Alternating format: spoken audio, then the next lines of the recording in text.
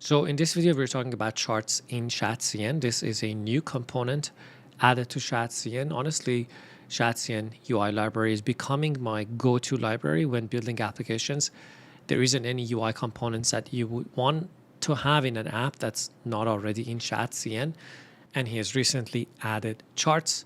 This is built on top of Recharts, which is a React charts library that's built on top of D3.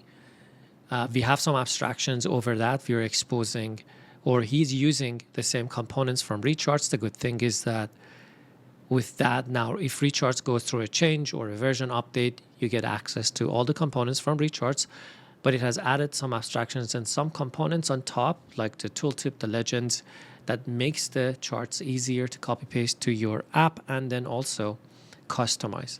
So there are different types of charts, as you can see here. There are bar charts, line charts, pie charts, and whatnot. We're going to build a simple bar chart together here just to walk through the steps from installation to customization. And then I'm going to mention tips and tricks here and there as we go through the documentation. Now, we're going to build on top of an application that I'm working on. It's a course platform. It's a video that's coming up on the channel, so stay tuned for this, where we would build this course platform, video course platform for folks to come in and teach. They can create courses, and for students to come in and search on different courses and take these courses and whatnot. One of the sections that we have under the teach is this analytics, and we're going to just add some bar charts here with some dummy data at this point, but we get to understand how charts work in Shadcn. So before I jump into the documentation, I want to mention something here. There's this example tab that has some examples of already built pages, kind of, with different components. And there's this blocks section or tab or page in Shadcn where you have blocks of code that's a combination of a couple of different components. Now, the chart was recently added here. There's some dashboards, nice dashboards here. There's some login and authentication specific blocks. And for this, you can just have this lift mode, which is going to just separate these blocks from the page, and you can just copy and paste this code into your own application, take inspiration, or continue updating or editing them in V0.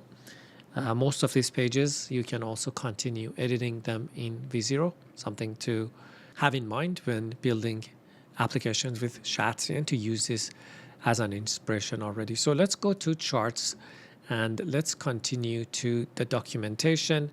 As we mentioned, charts are built on top of Rechart. You can build your charts and bring in custom components such as a tooltip when and where you need them. So let me just make this bigger since we're already here. So in this example, we're getting the bar chart from Rechart. We're getting the container and the tooltip from Shadcn. And then we are wrapping our bar chart with a container. This is going to share our config, pass some custom theming options for Shadcn, which we're going to see in action to what's already exported from Recharts. Again, there's not much abstraction on top of Recharts, so it's not wrapping Recharts. You're just literally importing the Recharts components here. And this is good because if a new version is released, you can just follow Recharts to upgrade to that latest version, get the new chart that they have, and continue using them inside your Shadcn components. This is also important because the props that you pass into your Recharts or to this charts that you get is you can just read the documentation for Recharts. There's a lot of props and customization that you already can do here. And as Shad also mentions, they look nice out of the box, but we add some customization and some useful tools like tooltips and legends to them. Now, to install this charts, just like any other Shadcn component, you can just run this command, Shadcn UI latest add chart. I'm using pnpm and I've already added the charts to my application, so you can go ahead and add it up here. So that's the first step. A little note here that if you're using Next.js 15, that's now in RC or release candidate version at the time of this recording, which supports React 19. For those two versions, you have to use the alpha version of Recharts. Otherwise, if you're using Next.js 14, or the stable version of Next.js, which is 14.2.4. I think at this point, you're good with just running this command, which in turn is going to install Recharts under the hood. I've already done this, so you can go ahead and do it. Now, the next step is adding our custom CSS variables. These are for our charts. You can go to the app. Now, this app that I'm working on is already working and has been initialized to work with Shadcn. I'm going to link a video in the description where I walk you through adding Shadcn to Next.js and theming and how theming works in Shadcn. So watch that video to have the similar starting point as me, and then come back here where you can just go to your goal bus CSS. There's two sets of CSS variables in the root and in the dark. You can go ahead and add the chart specific colors here, and also the dark version from the docs to the darks version. So with this out of the way, let's build our first chart. Now, start by defining your data. This typically comes from a data source. Here, we're going to just use some dummy data inside of the Teach and Analytics page. As I mentioned, this is where we're going to create our bar chart. So let's just copy this charts data. Now, let's define our chart config. Now, the config is where you would define labels, colors, and icons for the different data sets that you have inside of your chart. So let's copy this. And as we're building this, I'm going to explain what each of these are doing. Now, inside of our data, as you can see, we have month. This is maybe usage based on different devices, desktop versus mobile in different months. And our chart config is mapping to the same keys that you can find in your data. Now, your data can be any shape that you want. You're going to use the data keys to pass to your charts. But here I'm mapping the keys that I have inside of my chart. I'm giving them different labels, different colors for the bar chart in this instance that we're using. We're going to add icons to this and theming and colors and CSS variables as we build on top of it. But that's a place where you would share the config for your chart. Now, it is decoupled from your chart data. And the good thing about that is now you can share this config throughout your app. If there is a specific theme colors that you want to use, you have this decoupled from the data, so you can just share it inside of your app. Now, to build your chart, we're going to look at the code here, but just remember to set a minimum height value on the chart container so that it is responsive and it shows up. So we're going to copy this code down here to what we're returning from our analytics page. And let's get the chart container and also the bar chart. Also get rid of this. Now this is using client side. So we have to turn this into a client component. So let's go back to our application and refresh the page, and we have our charts here. Now there is no access, there is no labels, there's no tooltips, but we have the basics of our chart using this bar charts. So let's look at the code, what we're doing. So we are wrapping the bar charts that we got out of Recharts and the two bars that we have, one for desktop and one for the mobile users. Inside of this chart container, we share the config that we have set up here. This is going to share the CSS variables, colors, and theming with the rest of the charts, and also enable tooltips and legends later on. We are setting the minimum height as was explained in the documentation.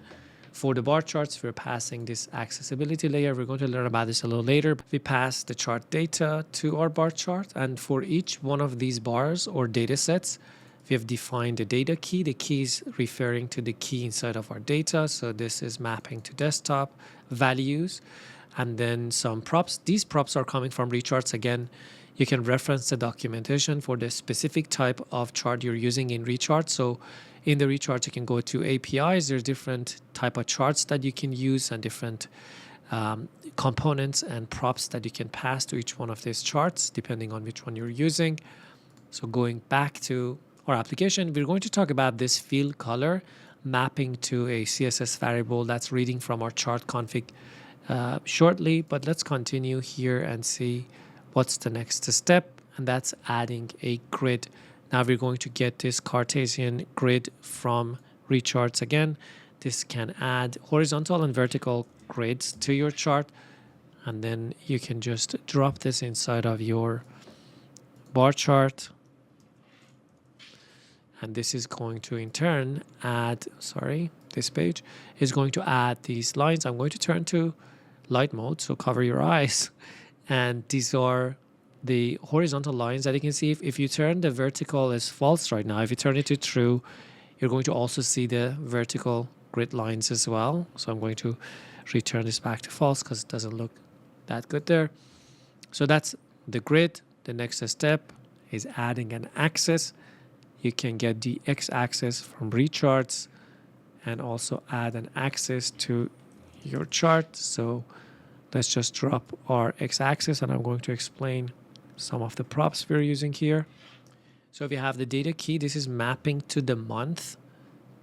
And then you have some options for the tick lines that have on the axis. These are different data points inside your, or different months in this instance, on our axis, the margin, whether or not you want a line. And then you can format the value that you pass in on every point. Here, we're just slicing the first 3 letters of our months to make it short and nice. So, and now you see we have these axes on the bottom of our chart.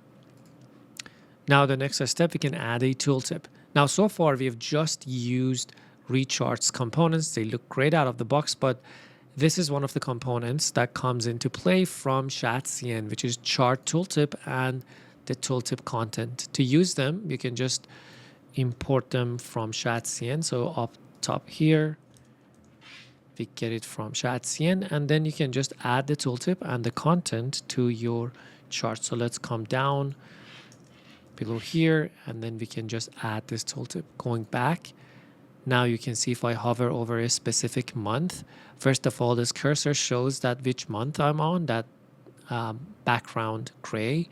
And then I have the tooltip, which is defining the 2 different data points I have for desktop and also mobile. There's a name, there's some indicators that we're going to see in shortly that you can customize inside of your tooltip. So as easy as that, you can add a tooltip to your charts. You can also add a legend. Again, chart legend and chart legend content coming from Shadcn is going to enable you to easily add legends to your charts. So let's get the legends as well and come down here, add them to our charts.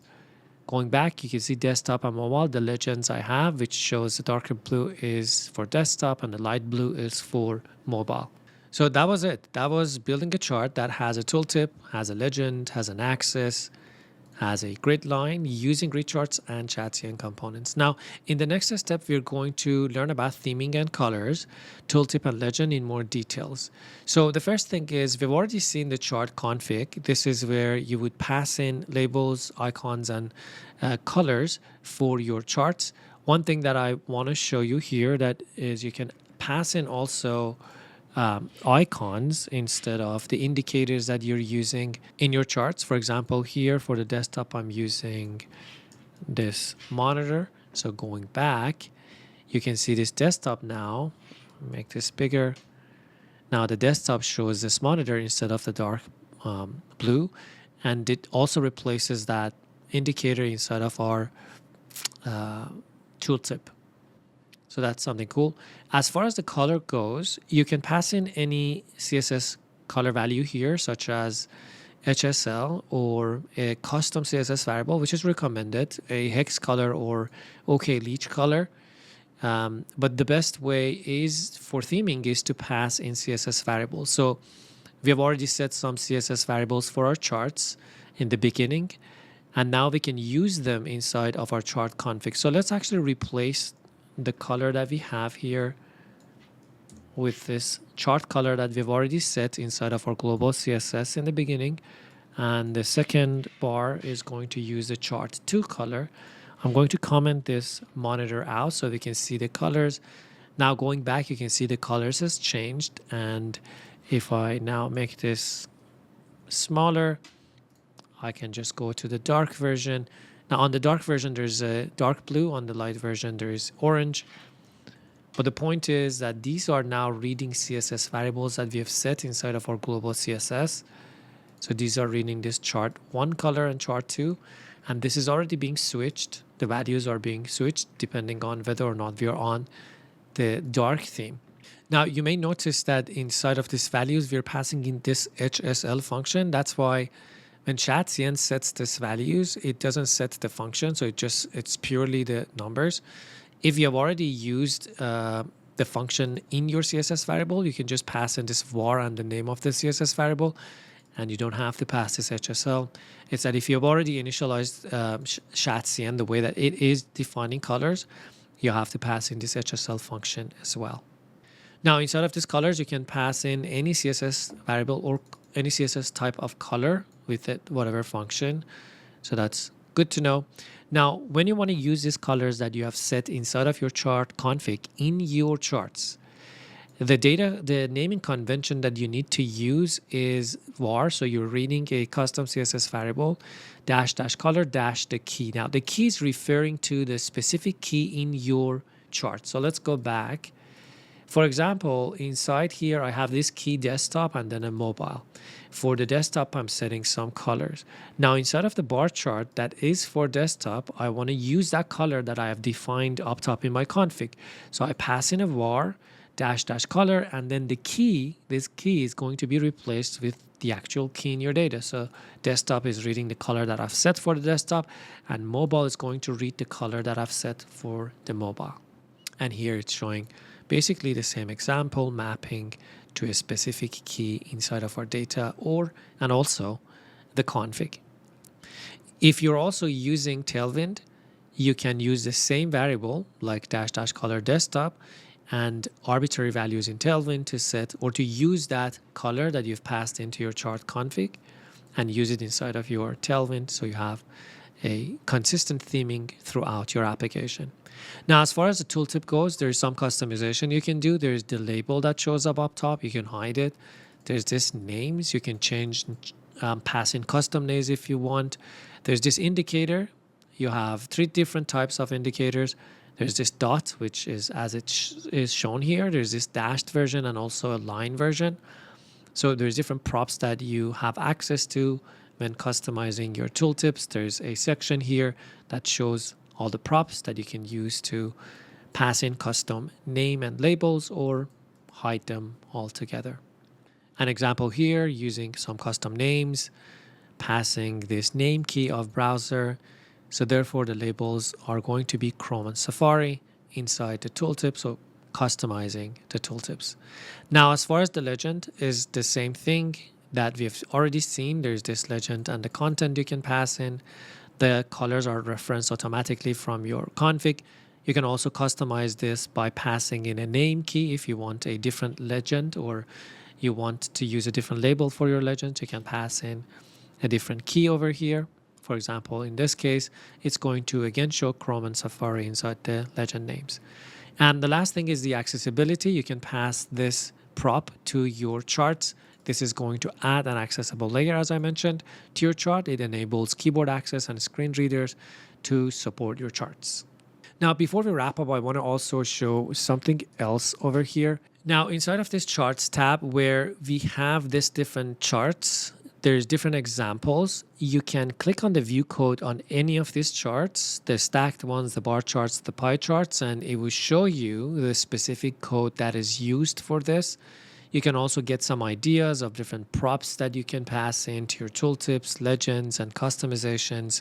For example, if you want your area charts to have background gradients instead of solid colors, it is also shown how to do that. This is coming from Recharts again. That's a customization you can do there, but you can also use this as a reference if you are trying to create something similar. So definitely have a look at this charts page. Again, the blocks page for some examples here and the documentation for the step-by-step of implementing charts in your app. And that's a wrap for this video, folks. An easy way to add charts to your Next.js application. If you're already using Shadcn, which is great, it's just copy and pasting a new component to your application. It's built on top of Recharts, so you have access to all the amazing charts and props and APIs from Rechart, but you get also custom components on top of it, like the tooltip, the legend, and more from Shadcn that allows you to share config, to add colors and theming into your charts. If you have any questions, like always, hit me up in the comments, and I'll see you in the next one. Bye bye.